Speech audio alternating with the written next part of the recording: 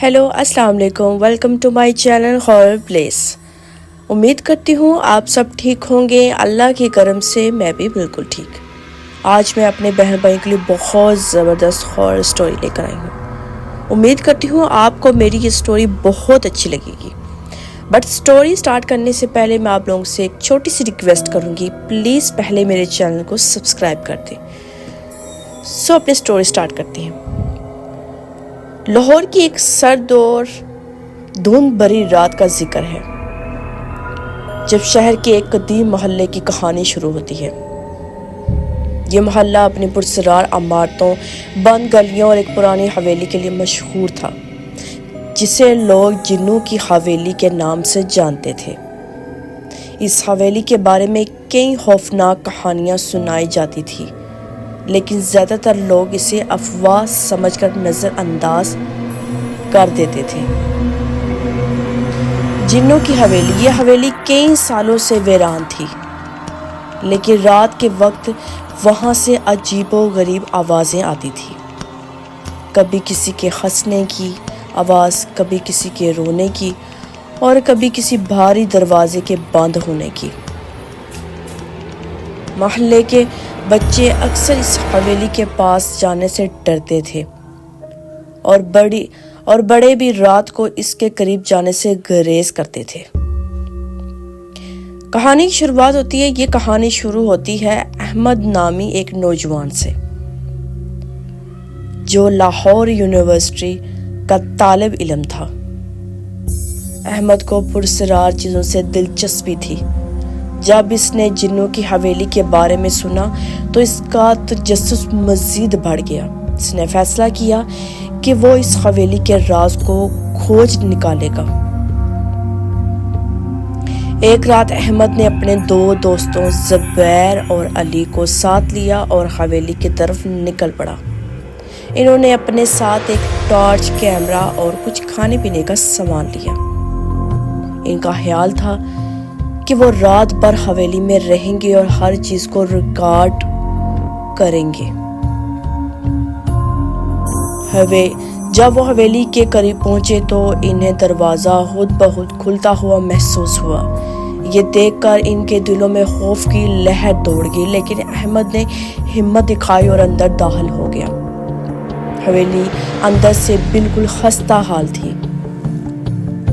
दीवारों पर अजीबोगरीब नक्श बने हुए थे और हर तरफ मिट्टी और जाले थे। जब वो हवेली के अंदरूनी हिस्से में पहुंचे तो अचानक इन्हें एक बच्चे के रोने की आवाज़ सुनाई दी। वो आवाज़ एक बंद कमरे से आ रही थी। अहमद ने कमरे का दरवाज़ा खोलने की कोशिश की, लेकिन वो दरवाज़ा बंद था। अचानक दरवाज़ा खुद ब खुद खुल गया और अंदर का मंजर देखकर इनके होश उड़ गए। कमरे में एक पुरानी अजीब सी कुर्सी पड़ी थी, पर एक साया नमा वजूद बैठा हुआ था,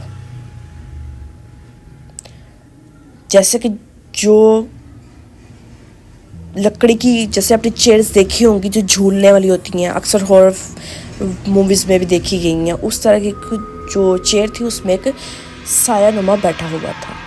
वो एक साया धीरे धीरे अहमद की तरफ बढ़ने लगा। अहमद और इसके दोस्तों ने वहाँ से भागने की कोशिश की, लेकिन दरवाज़ा खुद ब खुद बंद हो गया। अब वो कमरे में कैद हो चुके थे। इस पुरस्कार वजूद ने अचानक एक खौफनाक कहका लगाया और इनसे कहा, तुम लोग यहाँ क्यों आए हो? ये जगह तुम्हारे लिए नहीं है।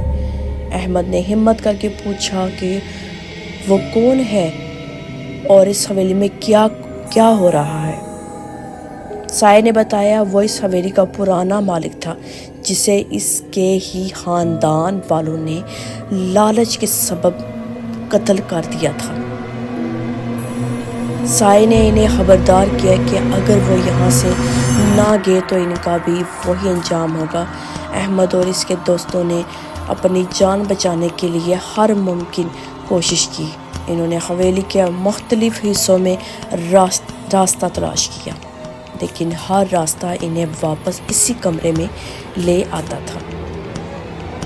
آخرکار احمد نے سائے سے معافی مانگی اور وعدہ کیا کہ وہ دوبارہ کبھی اس حویلی میں قدم نہیں رکھیں گے۔ اس پر سایہ غائب ہو گیا اور دروازہ کھل گیا۔ احمد اور اس کے دوست فوراً وہاں سے بھاگ نکلے۔ کہانی ہمیں یہ سبق سکھاتی ہے، اس رات کے بعد احمد اور اس کے دوستوں نے کبھی کسی پراسرار جگہ جانے کی کوشش نہیں کی۔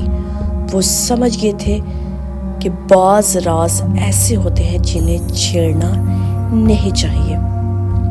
یہ کہانی آج بھی لاہور کے اس محلے میں سنائی جاتی ہے اور لوگ جنوں کی حویلی کے قریب جانے سے کتراتے ہیں۔ اس حویلی کی خوفناک داستانیں وقت کے ساتھ مزید پراسرار ہوتی جا رہی ہیں اور شاید کبھی ان کا بھید نہ کھل سکے۔ آئی ہوپ آپ کو میری یہ سٹوری بہت اچھی لگی ہوگی۔ یہ چھوٹی سی سٹوری، ہارر سٹوری میں نے آپ سے شیئر کی ہے۔ اگر آپ چاہتے ہیں کہ آپ کو میری ایسی سٹوریز، ہارر سٹوری ایسی ہی ملتی رہیں تو اس کے لیے آپ کو پتہ کیا کرنا پڑے گا، میرے چینل کو سبسکرائب کرنا پڑے گا۔ جانے سے پہلے میں آپ لوگوں سے ریکویسٹ کروں گی، جانے سے پہلے میرے چینل کو سبسکرائب، لائک، شیئر کرنا مت بھولیے گا اور میری ویڈیو اپنے دوستوں سے شیئر کریں کیونکہ مجھے آپ لوگوں کی سپورٹ کی بہت زیادہ ضرورت ہے۔ انشاءاللہ میں ایسی زبردست بہترین ہارر ویڈیو لے کے دوبارہ حاضر ہوں گی۔ اپنے ڈھیر ساری دعاؤں میں مجھے یاد رکھیے گا۔ اللہ حافظ۔